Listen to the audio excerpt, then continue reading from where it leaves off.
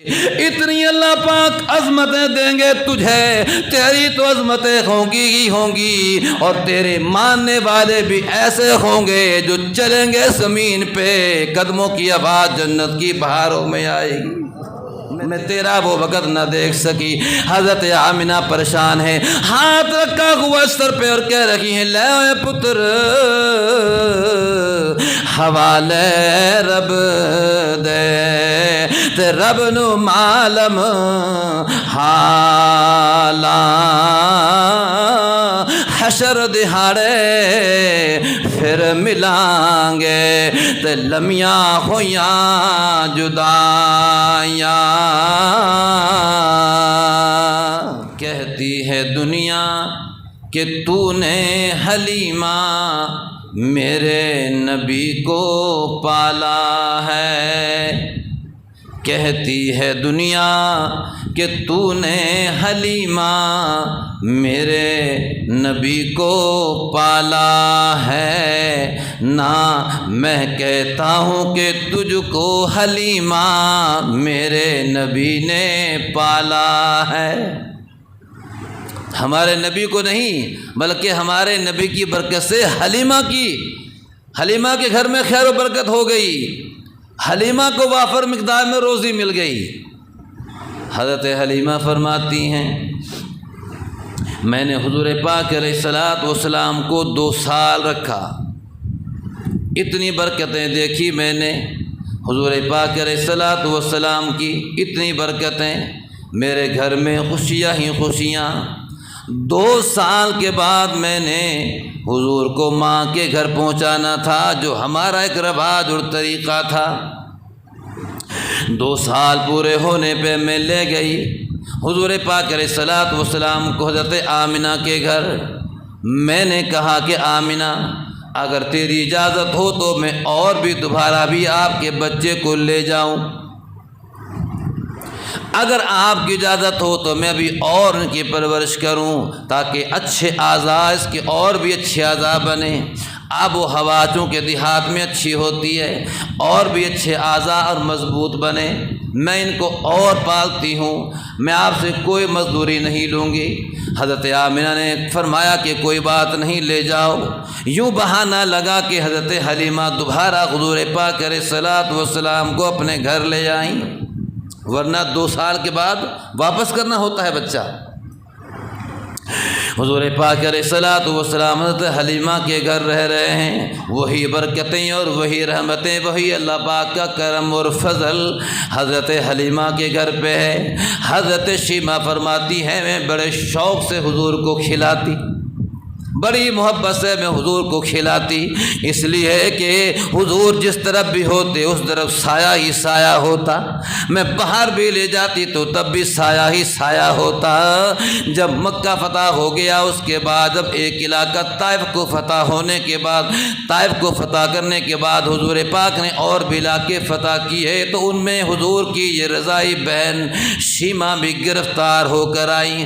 ان کو پتہ چلا تو آپ نے انہوں نے پوچھا کہ تم مجھے کس کے پاس گرفتار کر کے لے جا رہے ہو، کن کے پاس تم مجھے گرفتار کر کے لے جا رہے ہو؟ تو صحابہ کرام نے کہا کہ ہم اپنے سردار نبی علیہ الصلاۃ والسلام کے پاس، حضرت محمد صلی اللہ علیہ وسلم کے پاس تجھے ان کے پاس جا کے پیش کریں گے۔ کئی 100 قیدی بھی تھے ساتھ ان کے۔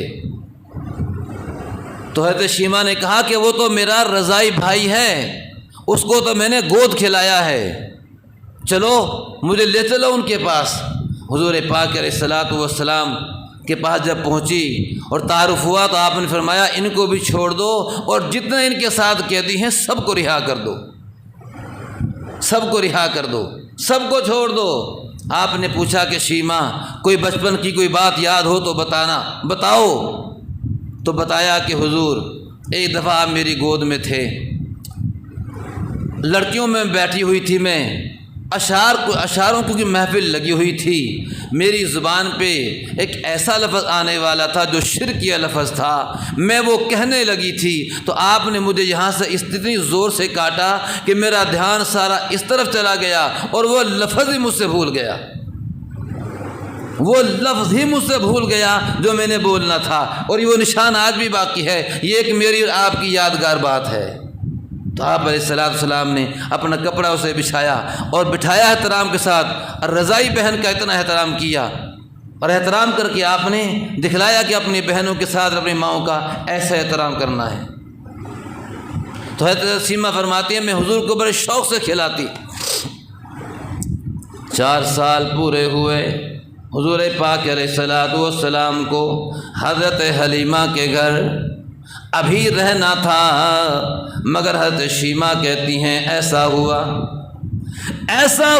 4 سال کے بعد 2 سفید کپڑوں والے بندے آئے، 2 سفید کپڑوں والے بندے آئے، انہوں نے میرے بھائی کو مجھ سے لیا اور مجھ سے ذرا علیحدہ کر کے انہوں نے حضور پاک علیہ السلام کا سینہ چاک کیا، آپریشن کیا، یہاں سے آپریشن کیا اور دل کو باہر نکال لیا۔ جب میں نے یہ سارا معاملہ دیکھا تو میں ڈر گئی کہ کون ہیں یہ بندے جنہوں نے میرے بھائی کا آپریشن کر دیا ہے، جنہوں نے میرے بھائی کا سینہ چاک کر دیا ہے۔ میں ڈرتی ہوئی، شور مچاتی ہوئی حضرت حلیمہ کے پاس آئی کہ اماں، اپنے بھائی کا تو میرے بھائی کا تو 2 بندوں نے سینہ ہی چاک کر دیا ہے۔ حضور پاک علیہ السلام کا شک کے صدر 4 دفعہ جبرائیل علیہ السلام نے آ کے حضور پاک علیہ السلام کے سینے کا آپریشن کر کے آپ علیہ السلام کا دل باہر نکال کے، دل کے اندر وہ مادہ جو بندہ کو گناہ کی طرف آمادہ کرتا ہے نکال کے باہر کر دیا۔ 4 دفعہ دھویا، 1 دفعہ پہلی دفعہ اب جب کہ حضور کی عمر 4 سال کی ہے، حضور پاک علیہ السلام کا دل نکالا اور دل کے اندر سے وہ سیاہ نقطہ، وہ مادہ جو بندہ کو گناہ کی طرف آمادہ کرتا ہے وہ نکال کے باہر کر دیا، کیونکہ اللہ پاک نے اپنے نبی صلی اللہ علیہ السلام کے سر پہ نبوت کا نہیں بلکہ ختم نبوت کا تاج سجانا تھا۔ رہتی دنیا تک آپ کی زندگی کو نمونہ بنانا تھا، مثال بنانا تھا، آپ کی زندگی کو بے عیب بنانا تھا، تاکہ قیامت تک کے آنے والے لوگوں کی زندگی کے لیے آپ کی زندگی مثال بن جائے۔ آپ سے کسی قسم کا گناہ ہو ہی نہ، مائل ہو ہی نہ۔ آپ کا 4 سال کی عمر میں ہی دل کو نکال کے دھو دیا گیا، اور دھویا اور فرمایا برف کے پانی سے دھویا، اولوں کے پانی سے دھویا، برف کے پانی سے دھویا، خالی ٹھنڈے پانی سے نہیں، برف کے پانی سے دھویا۔ برف کے پانی سے کیوں دھویا؟ عام پانی سے بھی دھو دیا جاتا۔ تو حضور پاک علیہ السلام کا دل 4 دفعہ ایسا کیا، اور پھر صحابہ کرام کہتے ہیں جب حضور پاک علیہ السلام کا سینے کو ایسا دیکھا جاتا، کبھی کبھی کرتا کھلا ہوتا تھا حضور کا، تو ہم دیکھتے تھے کہ وہ ٹانکوں کے جب آپریشن ہو تو ٹانکوں کے نشان ہلکے ہلکے رہتے ہیں۔ حضور پاک علیہ السلام کے سینے پہ وہ سوئی کے نشان اب تک بھی موجود تھے، بغیر تکلیف کے۔ آپ کا یہ آپریشن بغیر تکلیف کے کیا جبرائیل علیہ السلام نے، اور فرمایا پھر برف کے پانی سے دھویا، اس لیے کہ گناہ کی تاثیر گرم ہوتی ہے، نیکی کی تاثیر ٹھنڈی ہوتی ہے اور گناہ کی تاثیر گرم ہوتی ہے۔ حضور پاک علیہ السلام نے اپنی دعا میں بھی فرمایا اللہم اغسل خطایا بماء الثلج، اللہم اغسل خطایا بماء الثلج، اے اللہ میری خطاؤں کو برف کے پانی سے دھو دے، میری کمی کوتاہیوں کو برف کے پانی سے دھو دے، بماء الثلج، برف کے پانی سے دھو دے۔ تو آپ کے یہاں دل کو بھی برف کے پانی سے، اولوں کے پانی سے دھویا۔ اولوں کا پانی کا بھی ذکر ہے، حضور پاک نے فرمایا۔ تو چونکہ گناہ کی تاثیر گرم ہوتی ہے، اس لیے ٹھنڈے پانی سے دھویا، ٹھنڈے پانی سے، تاکہ اس کی گرمائش مکمل طور پہ ختم ہو جائے، گناہ کی طرف دل مائل بھی نہ ہو، مکمل طور پر وہ گناہ کی تاثیر اور اثر ختم ہو جائے۔ اسی لیے حضور پاک علیہ الصلاۃ والسلام نے فرمایا جب کسی کو، چونکہ گناہ کے اندر گرم تاثیر ہوتی ہے، آگ والی تاثیر ہوتی ہے، اور آگ کے اندر دو چیزیں ہوتی ہیں، آگ کے اندر دو چیزیں ہوتی ہیں، ایک اس کے اندر گرمائش ہوتی ہے اور ایک اس کے اندر ابھرنا ہوتا ہے۔ آگ جیسے ہی جلے گی تو ایک تو سیک لگے گا، اور دوسرا اس کے اندر کیا ہوگا، وہ اوپر کو چلے گی۔ آگ ادھر کو نہیں جائے گی، وہ ہوا ہے تو بے شک اس کو کرے ادھر، مگر اس کا اپنا اثر یہ ہے کہ جیسے ہی تم آگ لگاؤ گے وہ فوراً اوپر کو چلے گی۔ تو اس لیے فرمایا کہ جب کبھی کسی کو غصہ آئے، آپ نے فرمایا جب تم میں سے کسی کو غصہ آئے تو فرمایا وضو کر لو، وضو کرو، اور کھڑے ہو تو بیٹھ جاؤ، بیٹھے ہو تو لیٹ جاؤ، اور وضو کرو کہ تاکہ وہ جو اس کا اثر ہے آگ کا وہ ختم ہو جائے، ٹھنڈک بھی ختم ہو جائے، اور ویسے بھی نیچے ہو جاؤ تاکہ آگ والا اثر ختم ہو جائے۔ تو یہاں بھی حضور پاک نے فرمایا کہ اللہ میری کمی کوتاہیوں کو اور برف کے اولوں کے پانی سے دھو دے۔ اسی لیے امام نسائی رحمۃ اللہ علیہ، امام نسائی رحمۃ اللہ علیہ فرماتے ہیں کہ وضو جب کرو تو گرم پانی سے نہ، وضو کرو تو ٹھنڈے پانی سے کرو۔ امام نسائی رحمۃ اللہ علیہ فرماتے ہیں جب بھی وضو کرنا ہے تو ٹھنڈے پانی سے کرو، گرم پانی سے وضو نہ کرو، جتنے ٹھنڈے پانی سے وضو کرو گے اتنا ہی اچھا ہوگا۔ علماء فرماتے ہیں حضور پاک نے یہ فرمایا کہ اللہ میری کمی کوتاہیوں کو ٹھنڈے پانی سے دھو دی، حالانکہ صفائی گرم پانی سے زیادہ ہوتی ہے۔ ایک کپڑے کو تم دھو گے نا ٹھنڈے پانی سے تو میل کم اترے گا، اور اسی کپڑے کو اگر دھو گے تم گرم پانی سے تو میل زیادہ اترے گا۔ لیکن یہاں گرم پانی کا نہیں کہا حضور نے، کیونکہ میل اتارنا مقصد میل بھی اترے اور اس کی گرمی بھی ختم ہو، دو کام تھے، میل بھی اتارنا ہے اور اس کی گرمی بھی ختم کرنی ہے۔ اس لیے گناہ کا میل بھی ہٹانا ہے اور اس کی گرمی بھی ختم کرنی ہے۔ اس لیے آپ نے فرمایا کہ اے اللہ میری کمی کوتاہیوں کو ٹھنڈے پانی سے، برف کے پانی سے دھو۔ اسی لیے فرمایا حضور پاک علیہ الصلوۃ والسلام نے جب نماز کا وقت ہوتا ہے، جب نماز کا وقت ہوتا ہے ایک فرشتہ اعلان کرتا ہے اے آدم کی اولاد اٹھو، اس جہنم کی آگ کو بجھاؤ جس کو تم نے اپنے گناہوں کی وجہ سے جلا رکھا ہے۔ تو گناہوں کی وجہ سے کیا ہوتا ہے؟ گناہوں کی وجہ سے کیا ہوتا ہے؟ آگ بڑھتی ہے، گناہ کی تاثیر چونکہ گرم ہوتی ہے۔ فرمایا اعلان کرتا ہے آدم کی اولاد اٹھو، اپنے اس آگ کو بجھاؤ جس آگ کو تم نے اپنے گناہوں کی وجہ سے جلا رکھا ہے، اس کو بجھاؤ۔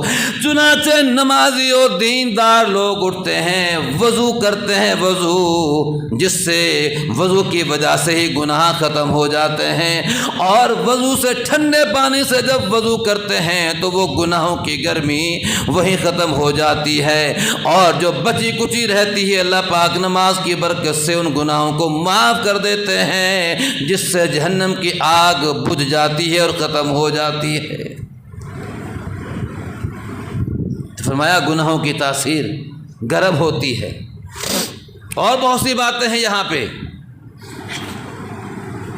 حضور پاک علیہ الصلوۃ والسلام 4 سال کے ہیں ہمارے نبی، ہمیں یہ کہہ رہا ہوں ہمارے نبی وہ برکتوں والے، آپ کا بچپنا بھی اعلیٰ، آپ کی جوانی بھی اعلیٰ، آپ کا بڑھاپا بھی اعلیٰ ہے۔